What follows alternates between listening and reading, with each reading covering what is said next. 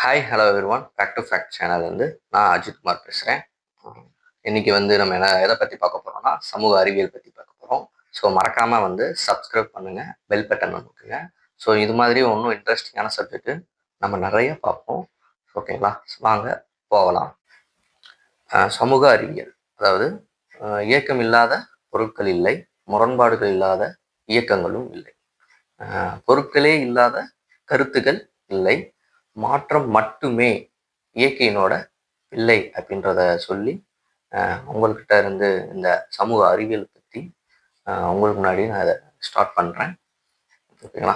இன்னைக்கு உற்பத்தி முன்னால் மனிதனோட சிந்தனையும் பின்னால் நம்ம தொடர்றோம். ஓகேங்களா?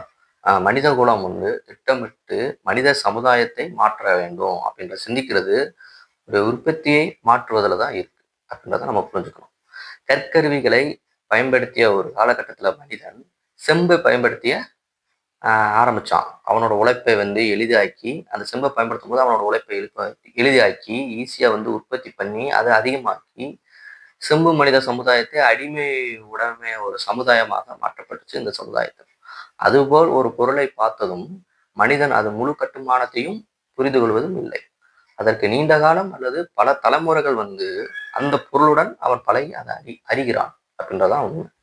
குறிப்பாக இந்த பிரபஞ்சமே தோன்றி பல லட்சம் ஆண்டுகள் பின்பே அணு தோன்றி விட்டது அப்படின்றத பத்தி நம்ம ஏற்கனவே படிச்சிருக்கோம். ஆனால் நாம் கடந்த நூற்றாண்டுகளில் தான் அது குறித்து அறிந்தோம். இன்னும் கூட அதை முழுமையாக அறிய முடியவில்லை. நம் தேவைக்கு தான் நம்ம அதை அறிந்திருக்கிறோம். இப்படி பொருள் நமக்கு முன்னால் இருந்தாலும் அதை அறிய நமக்கு காலம் தேவையாக இருக்கிறது அப்படின்றத. எனவே சிந்தனை மெதுவாக பொருளை பின்தொடர்கிறது, வளர்கிறது, கருத்தை உருவாக்குகிறது, ஆனால் முழுமையடையாது அப்படின்றத நம்ம புரிஞ்சுக்கணும். அதுபோல் தான் உற்பத்தி முறை குறித்தும் அறிவும் ஒரு உற்பத்தி முறை நெருக்கடியை அடையும் வரை அது நமக்கு இயல்பாகவே இருக்கிறது. நெருக்கடியை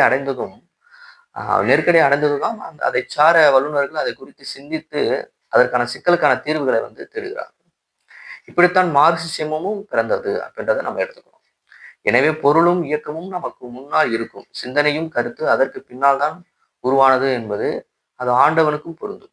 இதுபோல் நாம் தான் ஜாதிய கருத்துக்களோட புதிய வாழ்க்கை முறையுடன் நாம் ஒன்றிவிடும் போதுதான் நம்மை விட்டு மெதுவாக விலகும்.